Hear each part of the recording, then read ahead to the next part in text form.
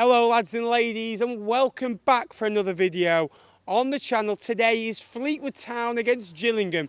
Mark Bonner comes to town like he did last season and won 2-0 second game of last season, where Cambridge started off very well. Unfortunately got sacked at the latter end of 2023. Gillingham started off last season like a house on fire. They won the first 4, won 6 of the first 8. Got beat by Colchester heavily at home, 3-0. But this season it's a new team. There's 7 or 8 new additions, but there's still the core there of last year. They've got 8 of the 11 that started last weekend at Morecambe were at the football club last year. New additions, the likes of Armani Little has come into the football club. Busy week for the Cod Army. We went to Notts County last week due to all.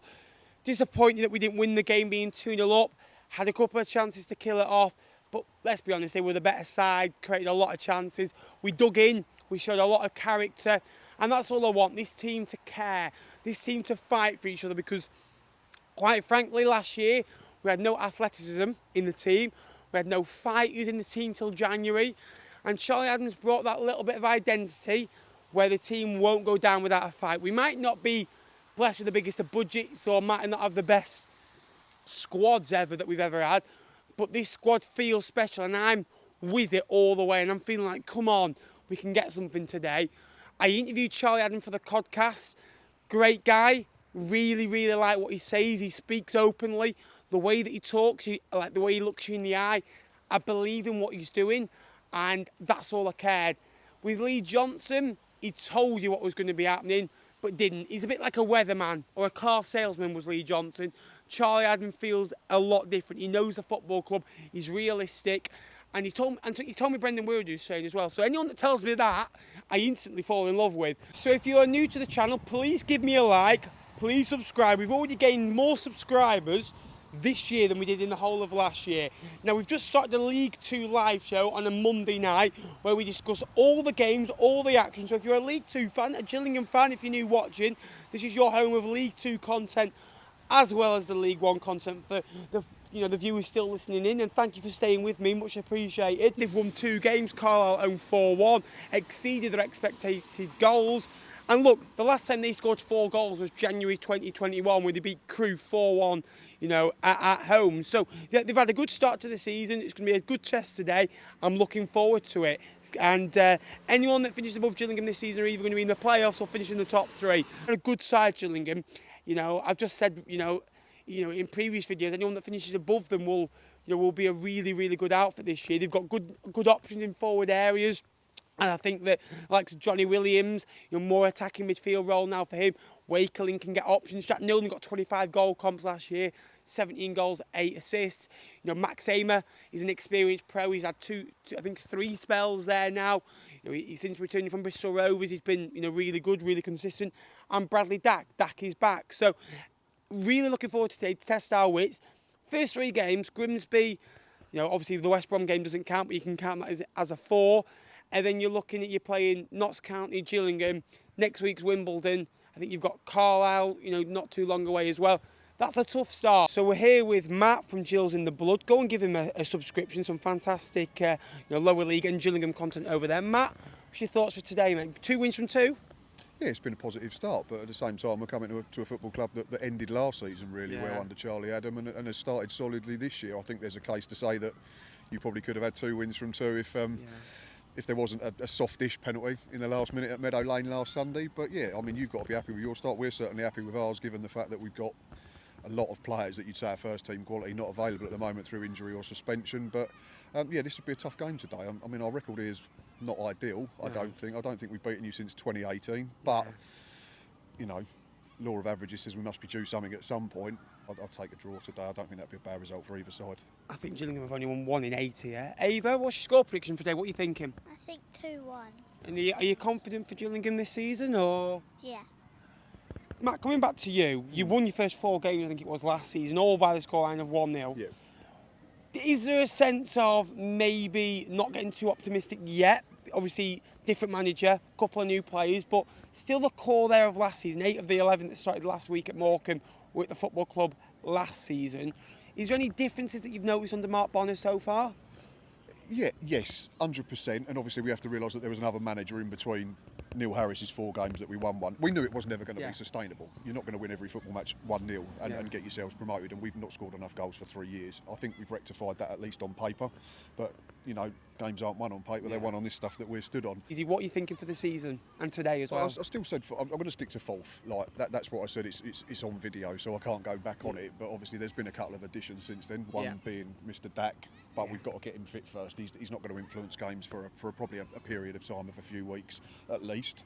But yeah, in terms of, I think if we take all the jokes out of it and all the, you know, saltiness, if that's what you want to call it, from fans of other clubs going, oh, Gills are buying them the way to the league or whatever. I think if you ask fans of 23 other football clubs, if you was available to get Bradley Dack on a free transfer, everyone is saying absolutely, we take the chance. I mean, our record's not great. It's my first visit and I'm looking forward to it. I said to you as we was walking over before we press record, I'd take a draw. I think if it was offered, it'd represent a good solid start for both teams. And I said on the match preview with Jack, I said 1-1. Yeah. Matt, thank you very much. Ava, thank you very much, and all the best for the season. Cheers.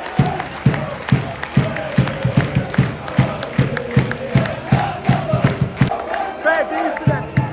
250 Gills fans travelled in good numbers last week to Morecambe too. Long way. 2,000 miles travelled in the last 3 weeks. Scrappy game so far. We suit the away side more than us. You know, Wakeman is very, very quick. He's a willing runner.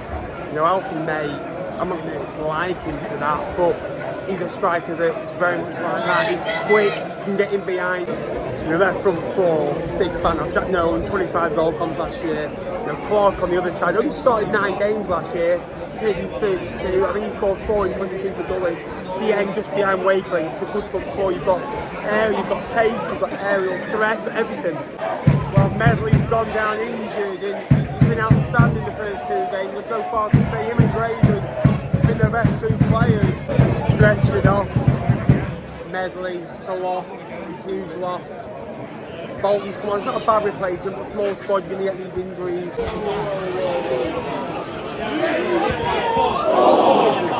Obviously, we're doing the podcast, it's advertising at the ground as well. Every time he's kind of flashed up, Medley went down, went off on a stretcher, and Grady went off feeling his ankle. He went down a few times last week. I'm not a good influence, am I? I'm looking at this and thinking like, we need another striker to come in and compete that knows where the back of the net is regularly.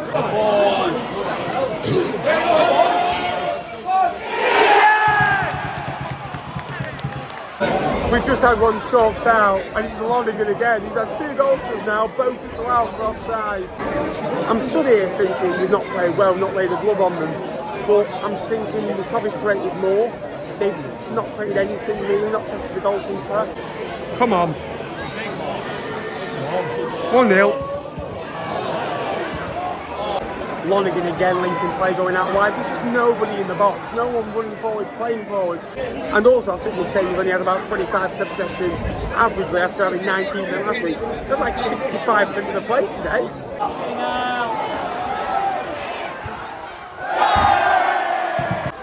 Elliot Bonds gave it away. And then I think it's Clark who goes through. First off, we were alright, we played some good stuff with a better side in that game. We've just not got the forward options that we may like. Graydon and Lonigan did quite well in that first half, don't get me wrong, but just missing something. Oh, lucky. Done well. Oh!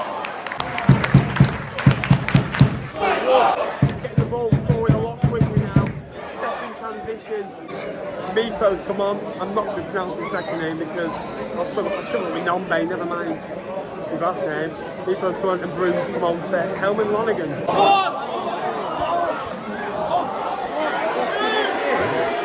It's it! I mean, we've been so much better, you know, than them in this game. You know, in attacking sense, but we just can't get away through it. George Lapsley has just come on the hero last week. Save. Great save. I just said they were going into the game and Hutton cuts in right foot, got 7 assists last year. He's a good fullback. You know, in a back 4, maybe at times tested defensively, but going forward, brilliant. Just the final delivery, the final bit of quality every time he's got into the box, just hasn't been there today. Everything else has been much better. There's been a desire to get the ball forward, dominate proceedings.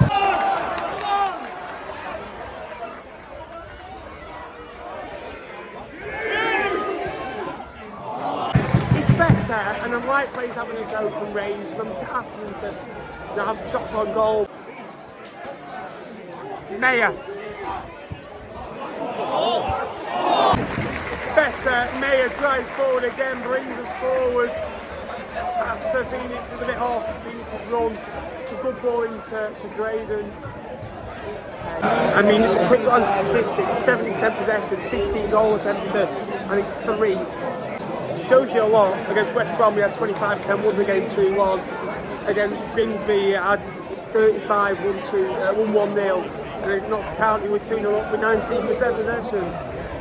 Ultimately, I think we're actually a better team when we've not got a lot of the ball and we can quickly counter press and hit teams on the break with good midfield plays, making good runs and pacing behind. We're not far away in this match, or far away in terms of the squad. We are maybe 2 or 3 right, maybe now with the injury of Medley, I'd say 3. I do think we still need another centre forward. Centre back, I think, will be in and strength and depth that others don't have in this league. Johnny Williams has just come on with 10 minutes to go, scored on the opening day, didn't get a goal last year, was kind of halted in a midfield defensive position last year. That's not his game. And 5 points in 3 games would be a good return from Grimsby, Notts County, Gillingham. I would have taken it. It's just, there's been opportunities there to win this game of football. They've had probably the better opportunities, we've had more of the opportunities. Their last draw away from home was, I think, 0-0 away at Forest Green, 22nd of December. Troy Deeney, one of his first games in charge there, we've gone 13 games away from then since, won 6, drawn, lost 7. I don't know if Meepo's got something wrong with his studs or there's something on the turf, but he keeps slipping every time the ball comes to him. It's just been one of those games, frustrating, but it's a good point. No.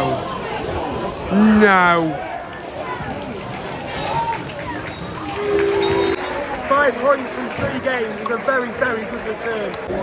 But it just forces the issue we need a centre forward desperately. The 3 lads that played did the best. The quality was there at times, but the final end product, we didn't really test them enough, unfortunately. They'll be happy. It's a good point. 7 from 9 for them, 5 from 3 for us. Another clean sheet. Starting to be hard to beat, which is a positive.